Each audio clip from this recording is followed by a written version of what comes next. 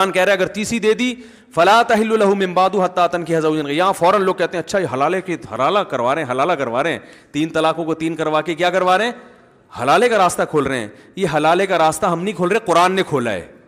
قرآن نے کہا اگر تیسری طلاق مرد نے دے دی ہے تو عورت پہلے شوہر کے پاس نہیں آ سکتی جب تک کہ وہ کسی اور مرد سے نکاح نہ کر لے, اور پھر وہ اس کو اگر طلاق دیتا ہے تو فلا جناح علیہما, پھر کوئی گناہ نہیں ہے پرانے میاں میں اور اس عورت میں کہ وہ دوبارہ نکاح کر لیں. تو قرآن کے الفاظ ہیں, میں سمجھا پا رہا ہوں اپنی بات. بھائی کسی اور مرد سے عدت کے بعد نکاح کرو, اس کے ساتھ ریلیشن ہو, پھر وہ اگر طلاق دے دے تو آپ عدت کے بعد کہیں اور بھی کر سکتی ہو, پرانے والے کے پاس بھی آ سکتی ہو.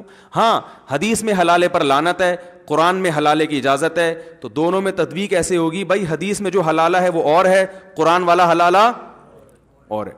حدیث والا حلالہ وہ ہے جو پری پلان ہو, پہلے سے ایگریمنٹ کر کے ہو رہا ہے کہ میں آپ سے شادی کر رہی ہوں شرط کے بعد کہ آپ نے مجھے طلاق دینی ہے, مرد کہ ہاں میں اسی شرط کے ساتھ شادی کر رہا ہوں, یہ وہ حلالہ ہے جس پر لعنت ہے. اگر یہ پہلے سے پلاننگ نہیں ہے, پلاننگ کا مطلب ایگریمنٹ نہیں ہے, تو پھر یہ جائز ہے, اس پہ پابندی لگانے کا کسی کو اختیار نہیں ہے. کیونکہ عورت جب کسی, لوگ کہتے ہیں غیرت کے خلاف ہے, غیرت کے خلاف اس لیے نہیں ہے, وہ لوگ کہتے ہیں غیرت کے خلاف ایک آدمی کی بیوی ہے کسی دوسرے کے پاس جائے پھر وہاں سے گھوم کے اس کے پاس آئے. او بھائی جان ایک آدمی کی بیوی ہے ہی نہیں ہے, صحیح ہے نا, اس نے طلاق دے دی عدت ہو گئی, اس کا اس سے کوئی, وہ جہاں چاہے نکاح کرے. کسی کی طلاق یافتہ سے نکاح کرنا غیرت کے خلاف ہے کیا؟ یہ تو سنت ہے. پھر اگر مرد طلاق یافتہ سے نکاح کر لے تو اس کی بیوی ہے, وہ اب اس کے ساتھ زندگی گزارے, اور بالفرض اگر وہ طلاق دے دیتا ہے تو وہ عورت جب عدت ختم ہو جائے گی تو اب اس کی بیوی نہ پہلے والے کی ہے نہ دوسرے والے کی, تو پوری دنیا میں جس سے چاہے نکاح کرے, ان جس سے چاہوں میں پہلا والا بھی داخل ہے.